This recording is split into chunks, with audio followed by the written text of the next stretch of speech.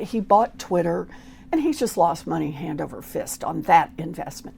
So he's had a better idea, better from his perspective, and that is he's going to do X money. And the idea here is he's going to be everything on the financial side and social side for everybody in the country, maybe around the world if he gets the chance. There's just one bump in the way, and that's the Consumer Financial Protection Bureau. It's not that they say no. You can go ahead and build a new tech platform, a financial system, good for you. But you've got to follow the basic rules of not cheating people, not lying to people, and not sucking up their personal data and selling it to somebody else. Yeah. He doesn't like that. So he's announced he's going to do X. What a great idea. Move the bump out of the way before you start.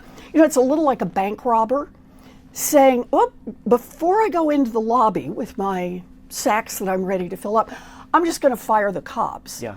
And now I'll go in and take the money. And so how successful is he going to be in this venture? Because we've seen a lot of this conflict thus far, where we see the Trump administration say that, okay, we're going to disband this agency, we're going to disband USAID, we're going to disband the Consumer Financial Protection Bureau. A lot of that is butting up against court orders preventing them from doing that. And so where do we stand right now in terms of the actual viability of the CFPB? Okay, so remember, we built this thing when it was already under stress. Big banks didn't want it. They wanted to be able to continue to cheat people.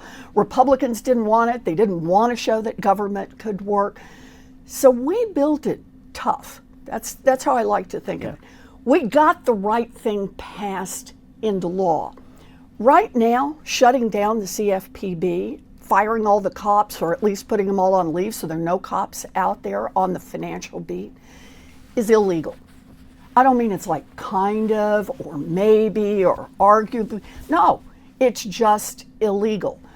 So we got the system built the right way. Now what we need are the courts to enforce the law, even against Elon Musk. Elon has come out and said that he wants the funding for the rest of the year, roughly $710 million for the rest of 2025's funding, for that to be rescinded as a way to kind of starve the agency of the funding it needs to keep operating.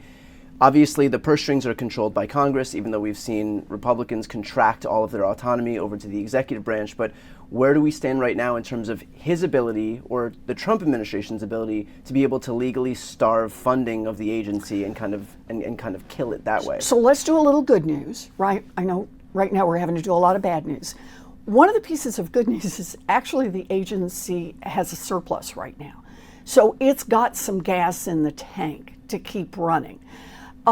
But the second part of this is that we built this agency, like all of the banking regulators, outside the reach of congressional funding. Again, it's all in the law.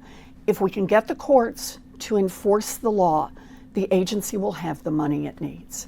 Do you have any worry that even if the courts do opt to enforce the law, that it'll be discarded, ignored by the Trumps and Elons of the world? Okay, now you really are in constitutional crisis, right? Because as you know, we have 3 equal branches in government, and Congress gets to initiate these laws and write them up. President signs them into law, and then is supposed to carry them out. And the courts make sure that the administration behaves legally. I mean, that's just kind of the basic deal. If Donald Trump decides, or if Elon Musk decides, I'm not doing it, I'm not obeying a court order, now you haven't just violated the trust of the American people, you literally have broken the Constitution. So that's what's at stake here. Right now, even Republicans for whom with an x-ray you could not find a spine in these folks, even those people, when get stopped in the halls by even media and stick a microphone in their face, they say, whoa, whoa, whoa, on that one, obey court orders. And if you don't like the court orders, one of my Republican colleagues said, that's why God invented appellate courts. You go ahead and appeal, but you got to follow the law. Do you have any worry that as we see the goalpost shift and the Overton window go further and further and further to the right, Do you have any worry that the same people who are right now saying, whoa, that's our red line, that in kind of the same way they've contracted all of their autonomy to the White House thus far, that they will kind of accede to his demands and say, well, you know what, we don't agree with this court ruling, and so we should just go ahead and ignore it anyway, even though prior to that we had said that's our red line. That's our red line. Yeah.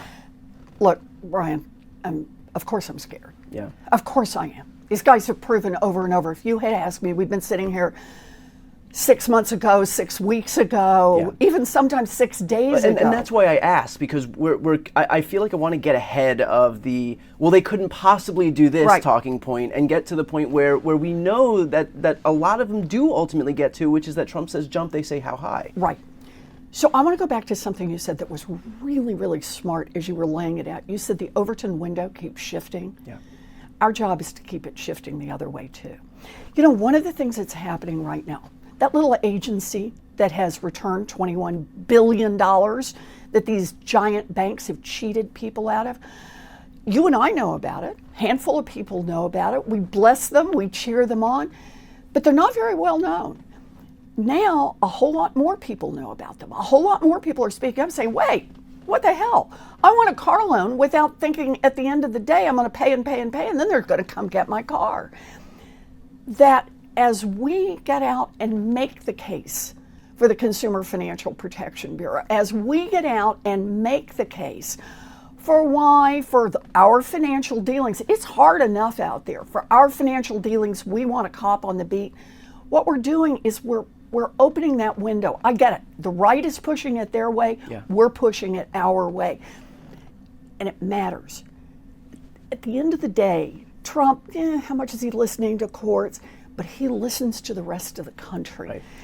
Our job is to get the rest of the country stirred up over this. So to that point, I think it's important that we understand the argument that Republicans are using to try and detract support from the CFPB. So, and this has been tough for me, because usually you can glean a little bit of what their excuse, their justification is, even for trying to star funding from USAID and some of these other agencies. But the CFPB is just an agency that protects people from predatory banks and financial institutions. Right, it's just a cop. And so I am curious to know, what is the excuse that they're trying to use to discredit this agency? So this is actually the fun part. You put your finger on something really important. It's blah, blah, blah, blah, blah, blah, blah. Yeah. And that's what it's been from the beginning. They've been to the Supreme Court twice. It is unconstitutional. And even their Supreme Court, the one that the Republicans all put in place, said, back up, boys. It's just fine constitutionally. They stand up in Congress and say, I am introducing a bill today to get rid of this agency. And it goes nowhere. And you know why it goes nowhere? Because a lot of people are being helped by the agency. Because literally tens of millions of people have gotten money back that they've been cheated out of, and they think, pretty damn good. And lots of others don't get cheated because that financial cop walks the beat.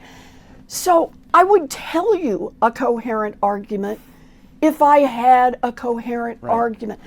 The most coherent one I ever hear is, in effect, it's government, so it must be bad. Yeah.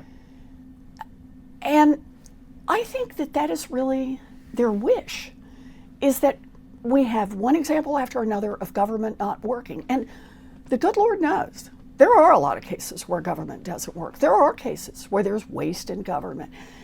And we need to clean that up.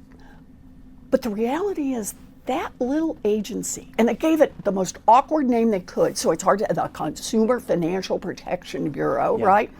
CFPB, that little agency is a sliver of light that just says, we're here to just kind of level the playing field.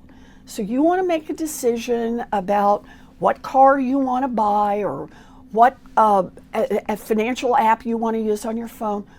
We're just here to make sure in the background they're not robbing you blind. the mission of an agency like this, and agencies like that more broadly, is so clearly beneficial to Americans. Are there some Republican colleagues who, look, I get how this benefits somebody like Elon. I mean, you laid it out perfectly clearly how he would derive some benefit from the elimination of this agency. But are there Republicans who, for example, don't own a social media platform and aren't looking to be able to subvert